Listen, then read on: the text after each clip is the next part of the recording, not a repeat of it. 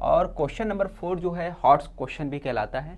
तो एक तरह से हम लोग आज हॉट्स क्वेश्चन करने वाले हैं, जो चैलेंजिंग क्वेश्चन भी हो सकता है ना, जिसको बोला जा सकता है। ये आपका सिलेबस से ही रिलेटेड रहता है, but question out of book रहता है, टेक्स्ट बुक का नहीं रहता, बल्कि बाहर से कहीं से अपनी तरफ से लाया जाता है, ठीक है, एग्जामिनर के ज़रिए।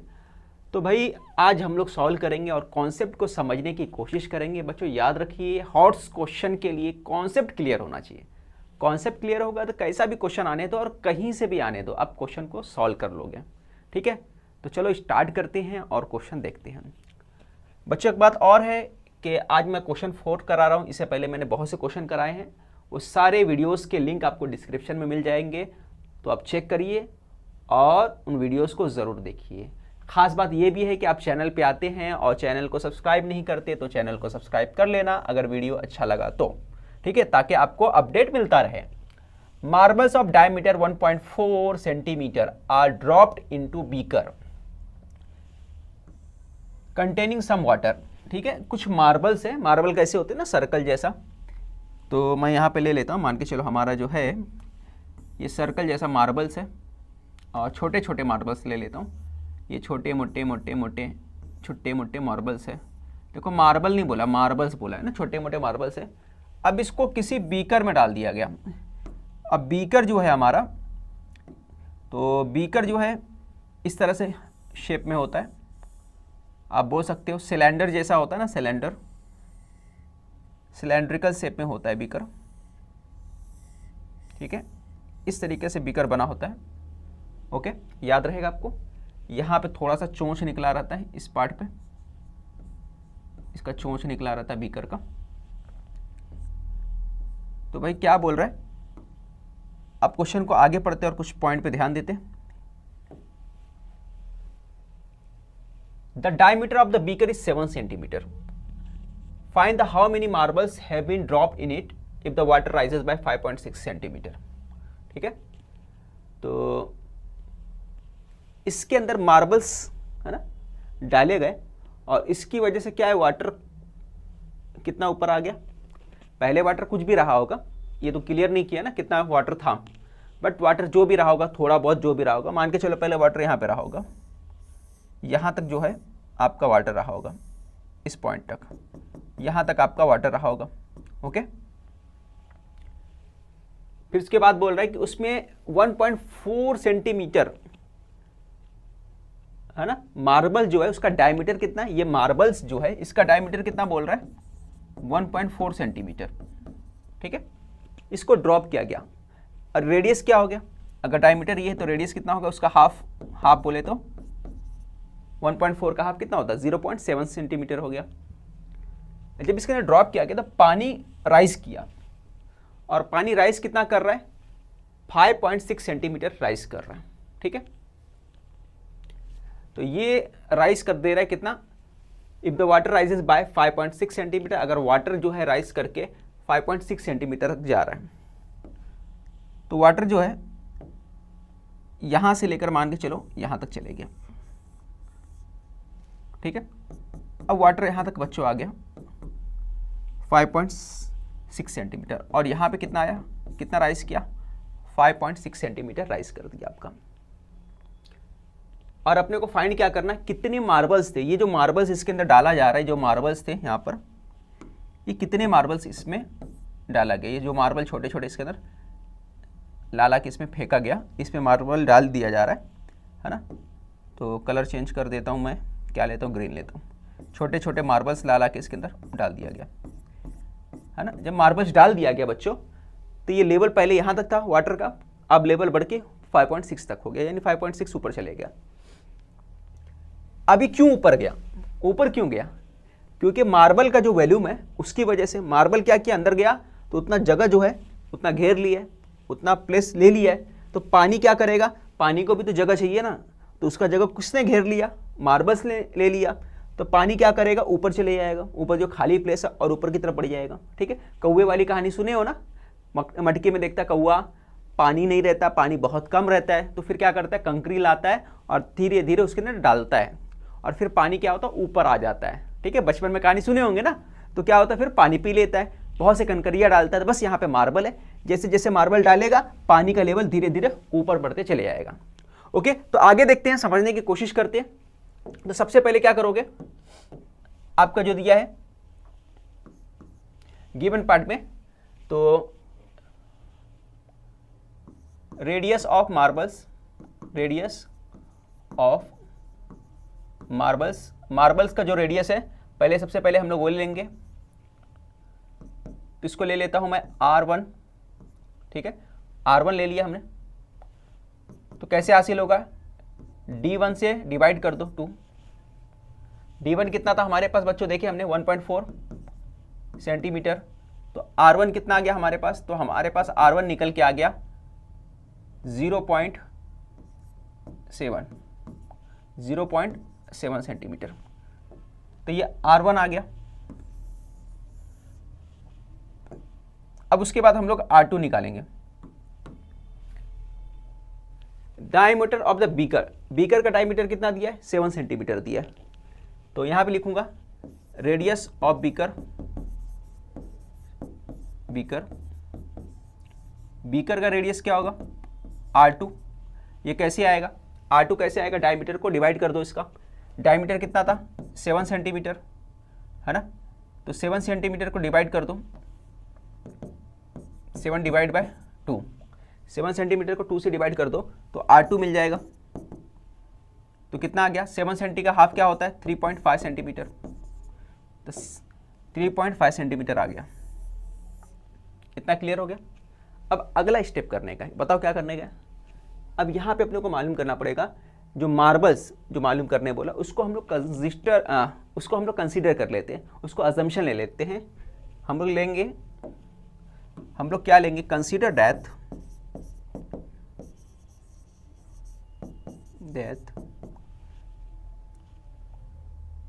Number of marbles, number of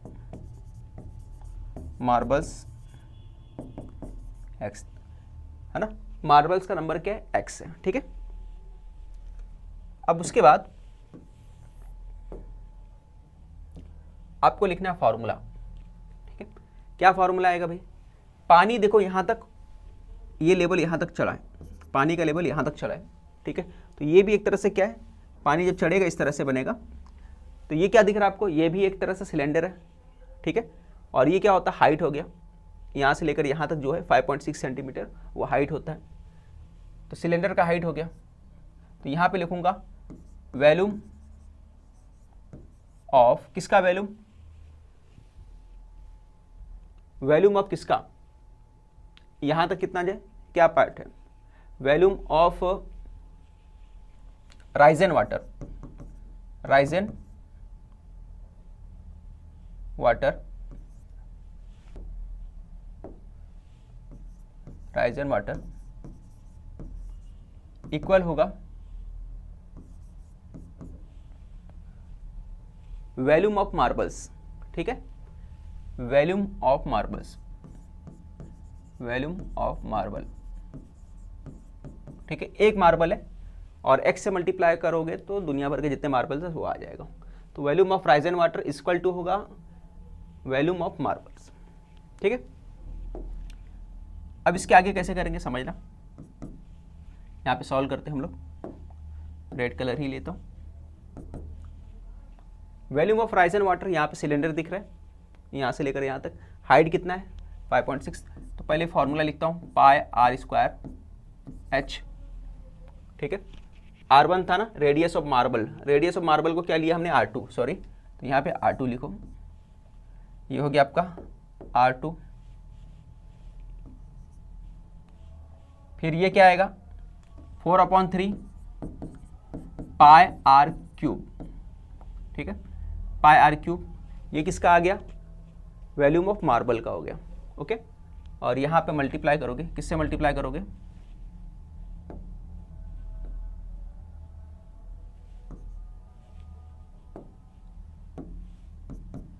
x से मल्टीप्लाई कर दोगे, ओके। अब वैल्यू पुट करो, जिसका जो वैल्यू रहेगा पुट कर दो। देखो पाई से पाई कट जाएगा, दोनों तरफ पाई है। R2 कितना हमारे पास, R2 है 3.5, R2 है 3.5। फिर उसके बाद यहाँ पे एच कितना दिया है 5.6 सेंटीमीटर, 5.6 सेंटीमीटर, एक्स 4/3, R1 कितना है हमारे पास, तो R1 देखो 3 बार है, तो R1 किधर है भाई, यहाँ पे 0.7, 1 2 3 बार लिख दिए 0.777, ये हो गया। अब इसके अंदर देखो सभी से नीचे का पॉइंट हटाएंगे, देखो नीचे का पॉइंट हटाओगे तो ये हो गया, सॉरी ऊपर का, तो नीचे 10 आ जाएगा, यहाँ पे क्या आएगा 10 आ जाएगा, पॉइंट हटाऊंगा तो नीचे 10 आएगा। क्यों 10 आएगा, क्योंकि पॉइंट के बाद कितना डिजिट है, 1 डिजिट है, यहाँ पे भी पॉइंट के बाद 1 डिजिट है, इसलिए क्या आएगा नीचे 10 आएगा। 2 डिजिट रहता तो 100 आता।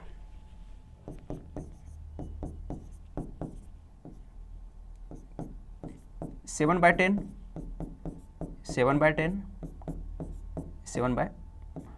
हो गया।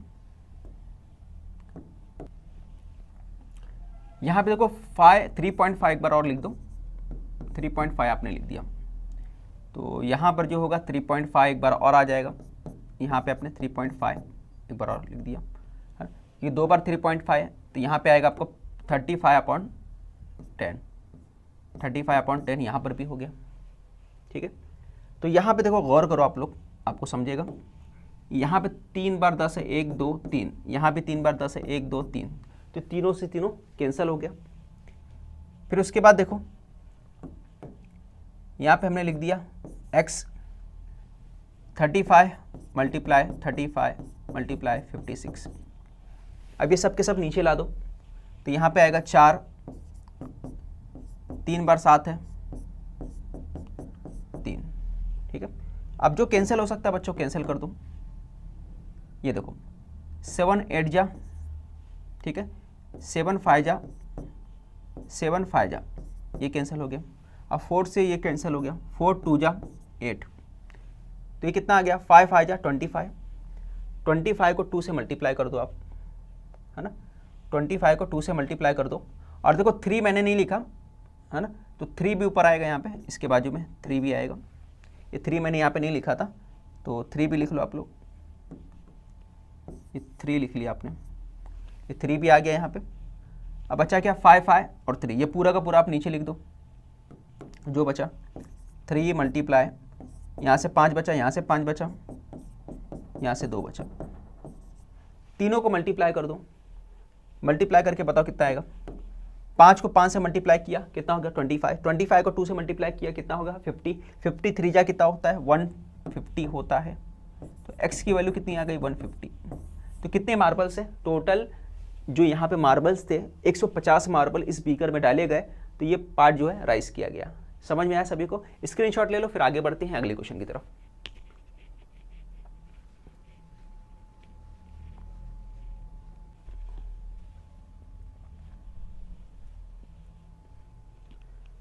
अब ये देखो क्वेश्चन दिया है, ABC और DBC have a common base BC।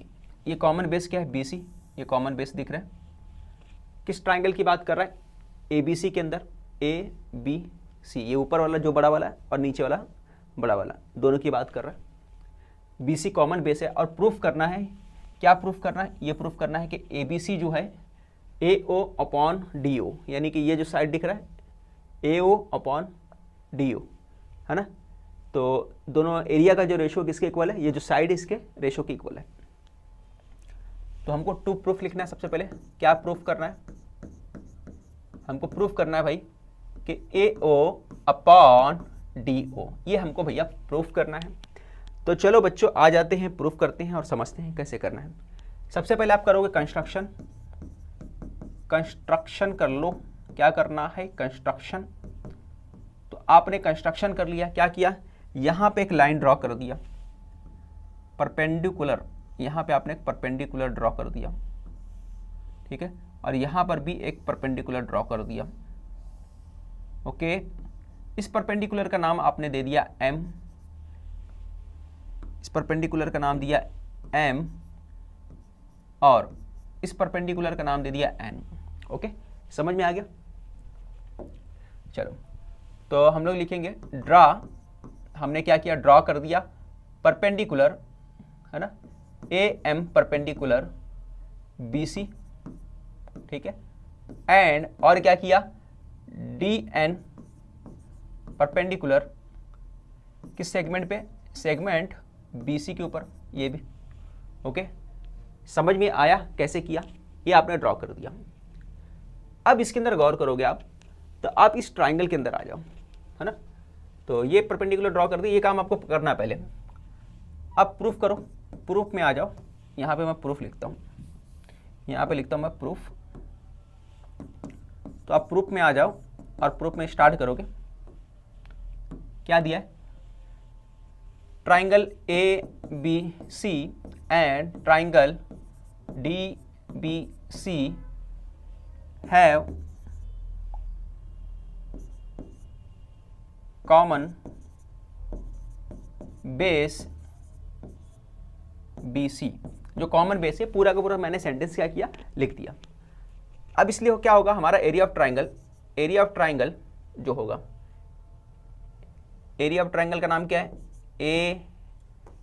Area of triangle, कौन सा ट्राइंगल है, ऊपर वाला ABC,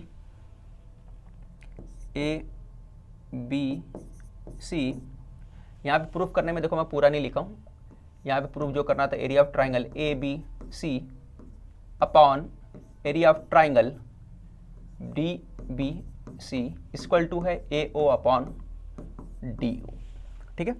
तो ABC upon area of triangle DBC,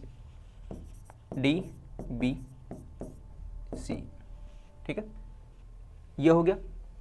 ये किसके इक्वल होगा, जब बेस कॉमन होता है, बेस सेम होता है, तो हाइट क्या होता है, प्रोपोर्शन में होता है। तो हाइट क्या है हमारे पास, AM अपॉन DN, ठीक है। हम लोग कंस्ट्रक्शन से इसको लाए थे यहाँ पर।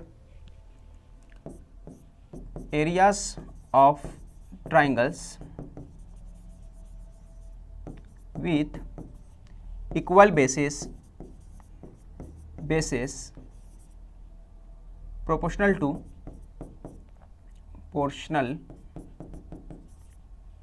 to their corresponding sides, ये पूरा लिख दोगे, ठीक है, ये आपको लिखना है। ये हो गया areas of triangle with equal bases proportional to their corresponding sides. अब इसके बाद इसको नंबर 1 दे सकते हो आप, इसको आप नंबर 1 दे दो। इसको क्या दे दिया आपने, नंबर 1 दे दिया। ये पूरा का पूरा नंबर 1 यहाँ पे मैं लिख देता हूँ, ये हो गया नंबर 1, ठीक है। अब उसके अंदर ये ट्राइंगल में आ जाओ। किस ट्राइंगल के अंदर, ये वाला ट्राइंगल, कौन सा, मैं इसकी बात कर रहा हूँ, देख लेना। इस ट्राइंगल की बात हो रही है, इन दोनों ट्राइंगल के अंदर मैं लिखता हूँ in triangle AMO and triangle DNO, ठीक है। इन दोनों ट्राइंगल के अंदर देख रहा है, ये अपोजिट एंगल है, ठीक है, और ये परपेंडिकुलर है, तो ये 90 डिग्री है, ये 90 डिग्री है। परपेंडिकुलर वाला जो पार्ट होता है ये 90 डिग्री होता है, ओके। तो दो एंगल इक्वल आ गया, कॉन्ग्रेंट आ गया, तो हम लोग लिखेंगे एंगल AMO कॉन्ग्रेंट है एंगल DNO। रीजन डालोगे इच 90 डिग्री, दोनों ही क्या है 90 डिग्री है। ये कंप्लीट हो गया। फिर उसके बाद वर्टिकली अपोजिट क्या है, AOM कॉन्ग्रेंट है NOD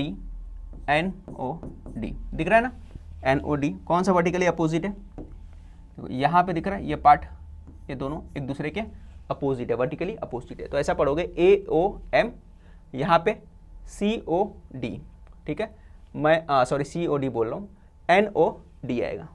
clear, vertically opposite angle, vertically opposite angle. तो आपने यहां लिख दिया वर्टिकली क्या है, अपोजिट है। तो ए टेस्ट ऑफ सिमिलरिटी से क्या होगा, दोनों ट्राइंगल सिमिलर हो जाएगा। ठीक है, तो हम लोग लिखेंगे ट्राइंगल AMO सिमिलर टू, देखो बीच में क्या है O, तो O आना चाहिए बीच में। ठीक है, N किसके इक्वल है, M के, N किसके इक्वल है, N यहाँ पे परपेंडिकुलर, ये M है, तो N M के, M कहाँ पे है, यहाँ पर देखो M बीच में, तो N भी कहाँ आएगा, बीच में। ठीक है, अब उसके बाद लास्ट में क्या आएगा, लास्ट में देख लो NOD, D है, तो हमारे पास आएगा OND, इस तरह से लिखेंगे OND। तो A किसके इक्वल है, सॉरी यहाँ पे थोड़ा सा गड़बड़ हो गया, इसको सही कर लो। देखो O लास्ट में, तो O आखिर में लिख दिया हमने। M के इक्वल क्या है, N, तो M और N, और शुरू में यहाँ पे क्या है A, तो यहाँ पे D आएगा, DNO। ये ट्राइंगल क्या आ गया, DNO, AMO और DNO क्या सिमिलर आ गया। अब आगे आप लिखोगे करस्पॉन्डिंग साइड AM अपॉन यहाँ पे DN। ठीक है, कैसे लिखा जाता मालूम है ना आपको, पता ही होगा। AM यहाँ पे लिया आपने, यहाँ पे AM लिया, तो यहाँ पे क्या आएगा DN, तो बस AM हो गया, DN हो गया। यहाँ पे क्या लिखोगे MO, तो यहाँ लिखोगे MO के बाद DO NO, फिर इसके बाद पहला और लास्ट ये आएगा AO अपॉन DO। ठीक है, तो लिखोगे proportional sides of similar triangles. ठीक है, proportional sides of similar triangle. अब इसके अंदर देखो कुछ चीज़ें अपने को कॉमन दिखेगा। क्या कॉमन दिखेगा, देखो पहले वाले में AM अपॉन DN है, AM अपॉन DN, तो AM अपॉन DN दिख रहा है, ये है AM अपॉन DN। और बताओ मुझे प्रूफ क्या करना था, AO अपॉन DO, तो AO अपॉन DO है, देखो AO अपॉन DO है। ठीक है, दिख रहा है, तो हम लोग बोल सकते हैं AO अपॉन DO किसके इक्वल है, AM अपॉन DN, और AM अपॉन DN किसके इक्वल होता है, ABC के होता है। तो फर्स्ट, और इसको नंबर दे दो सेकेंड, इसको क्या दोगे, नंबर सेकेंड, इसको हमने दे दिया भाई नंबर सेकेंड, ये हो गया आपका नंबर सेकेंड। तो लिखोगे from first and second, from first और सेकेंड से आपका ये प्रूफ हो जाएगा। क्या प्रूफ हो जाएगा, एरिया ऑफ ट्राइंगल, ये लिख दूंगा area of triangle ABC upon area of triangle DBC equal to होगा AO अपॉन DO। ये प्रूफ हो गया। फ्रॉम किसे लिखोगे, फ्रॉम फर्स्ट एंड सेकेंड से। कैसे प्रूफ हुआ, मैंने बताया कि पहले हमने क्या निकाला, ABC अपॉन DBC किसके इक्वल होता है, AM अपॉन DN के, और AM अपॉन DN जो है किसके इक्वल है, AO अपॉन DO। तो हम लोग AM अपॉन DN की जगह क्या लिख सकते हैं, AO अपॉन DO। तो हम लोग इसके जगह पे AM अपॉन DN की जगह क्या लिख दिए, AO अपॉन DO। जैसे इसको लिखे तो क्या आ गया, ये आ गया, दिख रहा है। तो हम लोग प्रूफ कर दिए कि भाई ABC अपॉन DBC, क्योंकि लेफ्ट साइड में तो था ही, सिर्फ हमने क्या किया, राइट साइड को चेंज कर दिया। स्क्रीनशॉट ले लो, फिर बढ़ते हैं अगले क्वेश्चन की तरफ।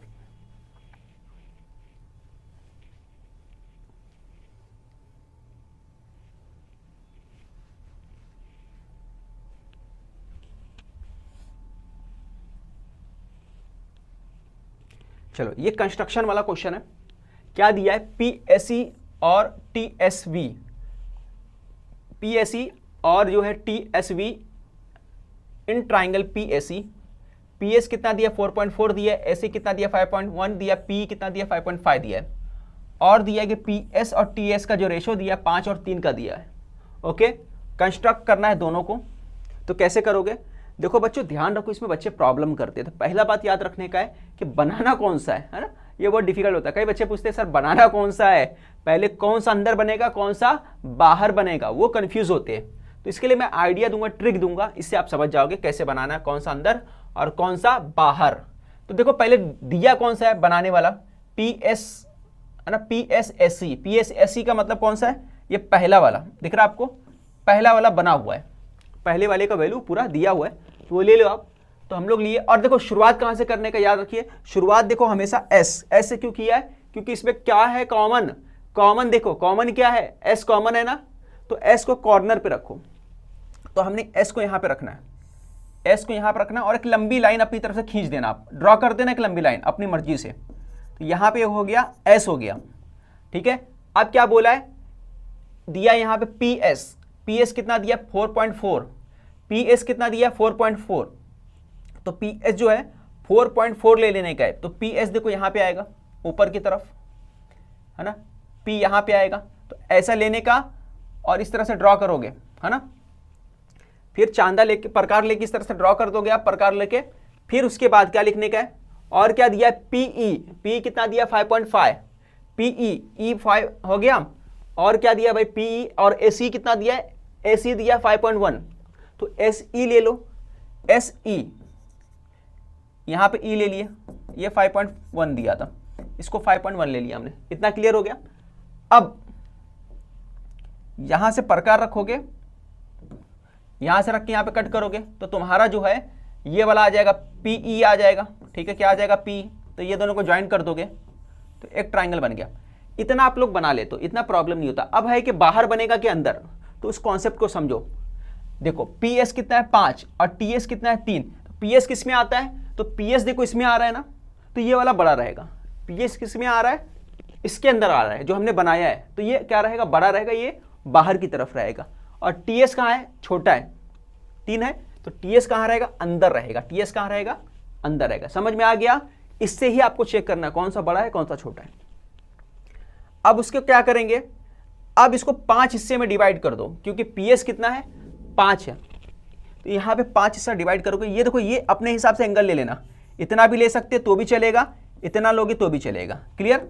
तो आप अपने हिसाब से ले लो, चलो मैं अपने हिसाब से ले लेता हूँ। इसको कितने हिस्से में बांटना है, 5 हिस्से में, इक्वल हिस्से में डिवाइड कर देने का। तो मैं इस तरह से रखूंगा प्रकार और कट करते जाऊंगा, 5 इक्वल पार्ट यहाँ पे रखा, फिर वही लेके यहाँ पे कट करूंगा, फिर वही लेके यहाँ पे कट करूंगा, तो इस तरह से 5 हिस्से में कट कर दिया। ओके, 5 हिस्से में कट करने के बाद अब अगला काम क्या करना आपको,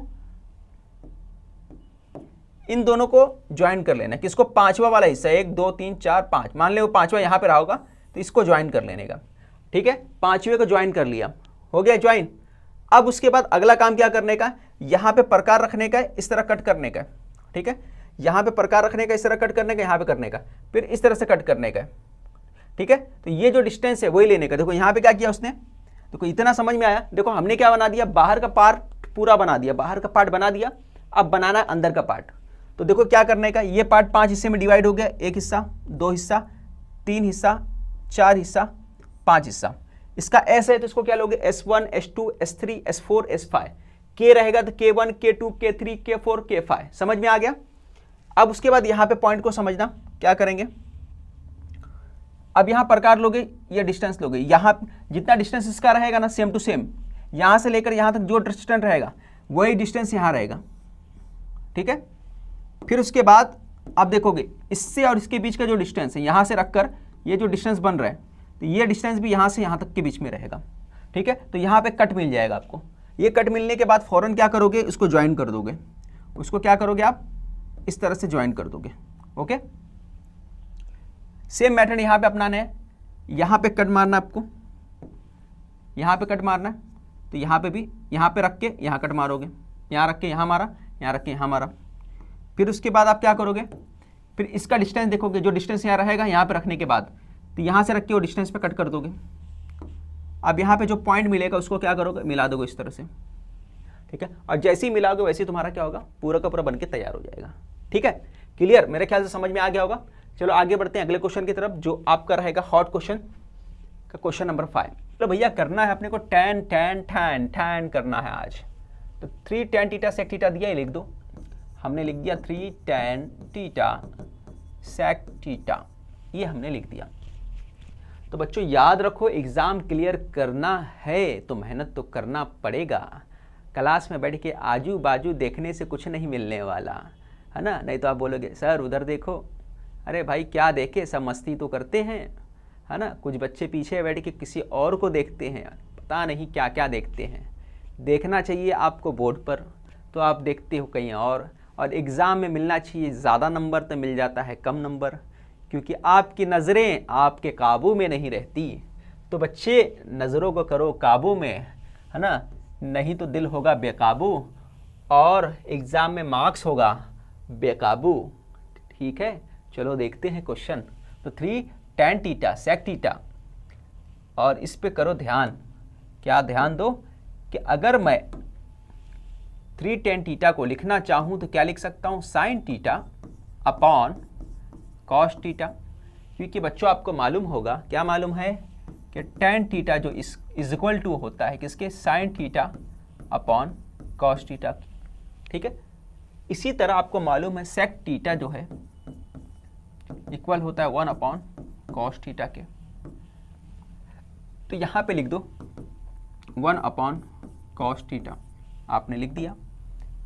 अब देखो दोनों तरफ दिख रहा है, कॉस थीटा नीचे की तरफ है तो नीचे नीचे वाला कैंसिल हो जाता है, आपने कैंसिल कर दिया। 3 को इधर लेके आ जाओ, अब 3 को इधर लाओगे, इधर कौन बचा है, कुछ नहीं बचा, यानी कि 1 बचा है। तो 3 भाई साहब यहाँ पड़े हुए, तो साइन भाई साहब बोला देख भाई कॉस तो गया, तू क्या करेगा इधर बैठ के, तो तू भी कट ले यहाँ से। तो 3 को भगा दिया तो 3 आएगा कहाँ, 1 के पास। तो ऊपर था तो भागना पड़ेगा, यहाँ पे नीचे रहना पड़ेगा, थोड़ा दब के रहना पड़ेगा। तो 3 आ गया नीचे, तो हमको मिल गया कि साइन थीटा किसके इक्वल होता है, 1/3 के। तो बच्चे लोग हमको क्या मिला, हमको मिला कि साइन थीटा जो है 1/3 हो गया। अब आगे मुझे बताओ, जब मैंने साइन थीटा निकाल दिया तो मुझे कॉसेक निकालना पड़ेगा। सर बोलोगे कॉसेक क्यों निकाल रहे हो, क्यों ऐसा दिमाग लगा रहे हो? अरे बाबू आपको लाना क्या है, कॉट थीटा। क्या लाना है, कॉट थीटा। और कॉट थीटा तो कैसे आ पाएगा, साइन से आ पाएगा, कॉट थीटा नहीं आ पाएगा ना। तो कॉट थीटा कहाँ आता है, तो आप बोलोगे सर कॉस थीटा जो होता है 1 + कॉट स्क्वायर थीटा जो होता है कॉसेक स्क्वायर थीटा, यहाँ से आता है। ठीक है, और कॉट कहाँ से आता है, कॉस और साइन से आता है। और कहाँ से आता है, कॉस और साइन से आता है, यहाँ से आता है। तो भाई आपको यहाँ तक जाने के लिए आपको क्या लाना पड़ेगा, कॉसेक तो लाना पड़ेगा ना। जब कॉसेक लाओगे तो वैल्यू पुट करोगे तो फटाक से मिल जाएगा। तो वही यहाँ पे करेंगे हम लोग। तो हम लोग क्या करेंगे, साइन थीटा तो कॉस थीटा लिखेंगे, कॉसेक थीटा। कॉसेक क्या होता है, साइन का रेसिप्रोकल होता है। तो ये हो जाएगा 3 ऊपर चले जाएगा, 3 ऊपर चले जाएगा, 1 नीचे आ जाएगा। 3/1 का मतलब 3 होता है। और यहाँ साइड में रीजन दे दो, क्या रीजन दोगे, sine theta equal to 1 cosec theta, ये आपने लिख दिया। ओके, अब नाव करके लिखो, क्या फार्मूला है, कौन सा फार्मूला, ये वाला फार्मूला लेके आ जाओ। तो ये है आपका 1 + cot square theta equal to किसके होता है, cosec square theta, cosec square theta. अब जिसकी वैल्यू है वो पुट कर दो। तो कॉसेक कितना आ गया, 3 आ गया हमारे पास, तो 3 का स्क्वायर है ना, कॉसेक का आ गया 3, तो हमने लिख दिया 3 का स्क्वायर। अब मुझे बताओ, यहाँ 1 + कॉट है, 1 + कॉट है। अब 3 का कितना हो जाएगा, तो आप बोलोगे सर 3 का जो हो जाएगा स्क्वायर 9 हो जाएगा।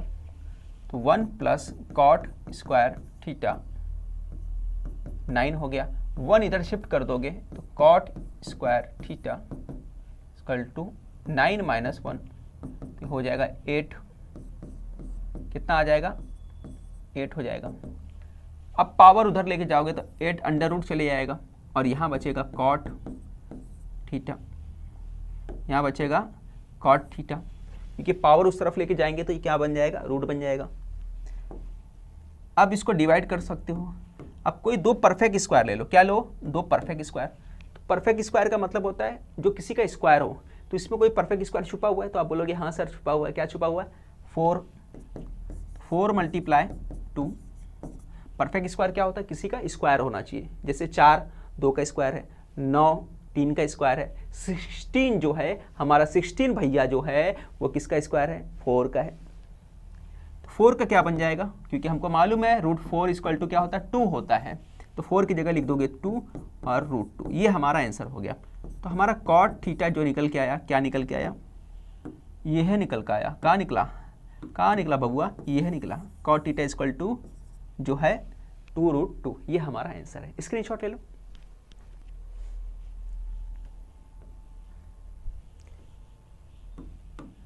अपने को प्रूफ करना diagonal of cyclic quadrilateral ABCD are congruent. Diagonal congruent है, ये डायगोनल इसको बोलते हैं। ये जो है दिख रहा है डायगोनल, ये भाई क्या है, कॉन्ग्रेंट है। प्रूफ करना है ABC arc D A B, A B C किधर दिख रहा है, ए बी सी ये वाला आर्क, और दूसरा वाला जो आर्क है वो दिया है ए बी सी और D A B, A B C D A B, ठीक है। ए बी सी और डी ए बी क्या है, दोनों ही कॉन्ग्रेंट बोला है, दोनों कॉन्ग्रेंट है, ये प्रूफ करना है। उसके बाद प्रूफ करना है ए डी जो है, ए डी मतलब ये वाला जो दिख रहा है, इसको कलर बना देता हूँ, ये दिख रहा है, ए डी और बी सी जो है दोनों कॉन्ग्रेंट है और दोनों इक्वल भी है, ठीक है। चलो ये दोनों तो आसान है, जैसे ये आ गया तो ये भी आ जाएगा। पहला ऊपर वाला प्रूफ कर लेते हैं। ऊपर वाला क्या प्रूफ, यहाँ पे आर्क, ये जो है कॉर्ड जो है ए सी कॉन्ग्रेंट है किसके, डी बी के, ये गिवन है। तो भाई ए सी जो है किसके इक्वल हो जाएगा, डी बी के, है ना, क्योंकि कॉन्ग्रेंट है तो इक्वल भी रहेगा। अब इक्वल है तो इसका करस्पॉन्डिंग जो आर्क होगा, AC का करस्पॉन्डिंग आर्क क्या है, ये AC है, इसका करस्पॉन्डिंग आर्क क्या है, ये वाला, यानी यहाँ से लेकर यहाँ तक, यहाँ से लेकर यहाँ तक जो है AC का करस्पॉन्डिंग आर्क, तो उसका आर्क भी क्या होगा, आपस में कॉन्ग्रेंट होगा। आर्क का नाम क्या है भाई, बताओ मुझे, इसका आर्क का नाम क्या है, आर्क कौन सा है, AC, आर्क AC, ठीक है। आर्क क्या होगा, AC, आर्क AC हो गया, AC ऐसा लिखूं, कैसा लिखा आर्क, ऐसा लिखा है, चलो आर्क ऐसे लिख देता हूं। आर्क जो है ए बी सी कॉन्ग्रेंट होगा, किसके कॉन्ग्रेंट होगा, आर्क, ये इसका हो गया। अब दूसरा क्या है, AC, इस तरफ क्या था, AC हो गया, इस तरफ क्या है, DB, यहाँ पे क्या है, DB का क्या आएगा, इस तरफ यहाँ से लेकर यहाँ तक, तो DAB आएगा, क्या आएगा, DAB, आर्क DAB, ठीक है। और रीजन क्या दोगे, रीजन यहां लिखता हूं, कॉन्ग्रेंट इक्वल कॉर्ड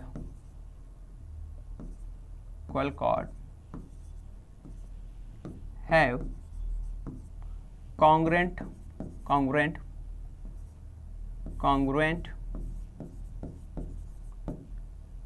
आर्क, ठीक है।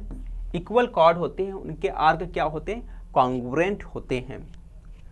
तो ये दोनों हो गया, और यही प्रूफ करना था, पहला वाला प्रूफ हो गया, क्लियर हो गया। अब आगे बढ़ते हैं, इसी से आगे बढ़ते हैं। अब इसके अंदर अगर मैं बात करूं ABC में, तो आप मुझे बताओ ABC, तो ABC किससे बना हुआ है, यहां तक AB था, फिर इसके बाद BC था, दिख रहा है ना, AB और BC से बना हुआ है। तो मैं लिख सकता हूं arc AB plus arc BC, ठीक है। यहां पे मुझे बताओ ये वाला जो है DAAB, DA arc DA arc DB, है ना। तो हमने क्या किया, इसके जगह ये लिख दिया और इसके जगह जो है हमने लिख दिया, ये वाला लिख दिया DA, DB हो गया, ये क्या है DB, क्लियर। अब देखो इसमें कुछ सेम दिख रहा है, दोनों तरफ कुछ सेम दिख रहा है, AB है, DB है, BC है, कुछ सेम तो नहीं दिख रहा है। यहाँ पे AB अलग है और AB, यहाँ पे देखो, यहाँ पे AB है कॉमन, यहाँ पे AB आना चाहिए, यहाँ पे AB है तो यहाँ पे AB नहीं है क्या, DA और AB यहाँ पे है ना, AB DAAB, दोनों में कॉमन क्या है, AB कॉमन है, यहाँ पे कॉमन, यहाँ पे भी कॉमन। तो क्या होगा बच्चों, आर्क BC इक्वल आ जाएगा, कॉन्ग्रुएंट आ जाएगा आर्क DA के, ठीक है। ये अपने को मिल गया। और अपने को प्रूफ क्या करना है, प्रूफ आर्क AD और आर्क BC अपने को प्रूफ करना है।